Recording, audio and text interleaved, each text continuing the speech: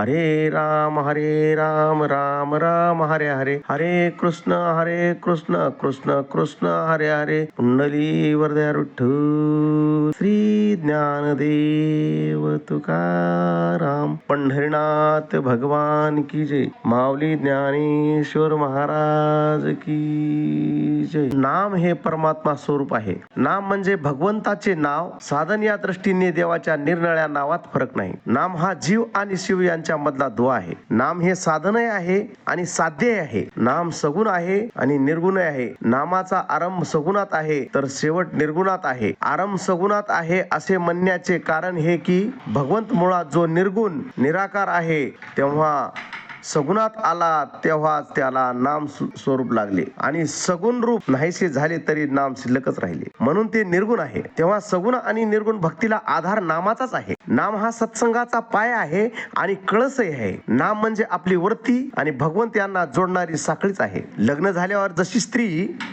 नवऱ्याशी एकरूप होऊन जाते त्याप्रमाणे वृत्तीचे नामाशी लग्न होऊन ती नामरूप बनली पाहिजे. नाम हे अत्यंत सूक्ष्म आहे आणि वृत्ती सुद्धा सूक्ष्म आहे, म्हणून नाम घेण्याचे वृत्ती सुधारेल.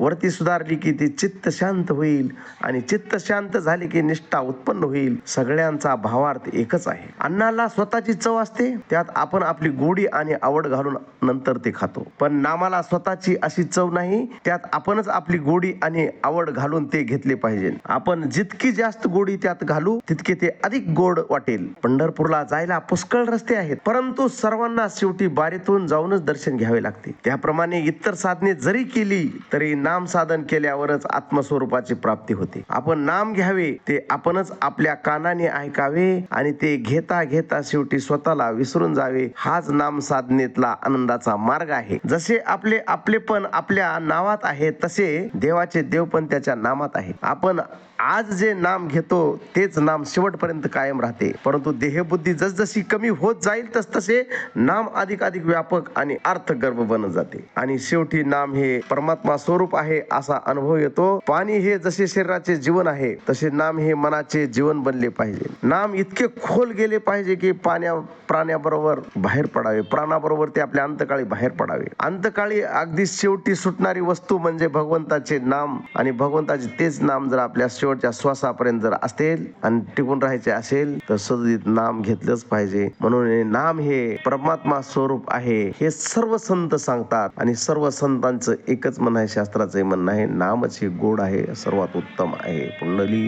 वरदा विठ्ठल श्री ज्ञानदेव तुकाराम.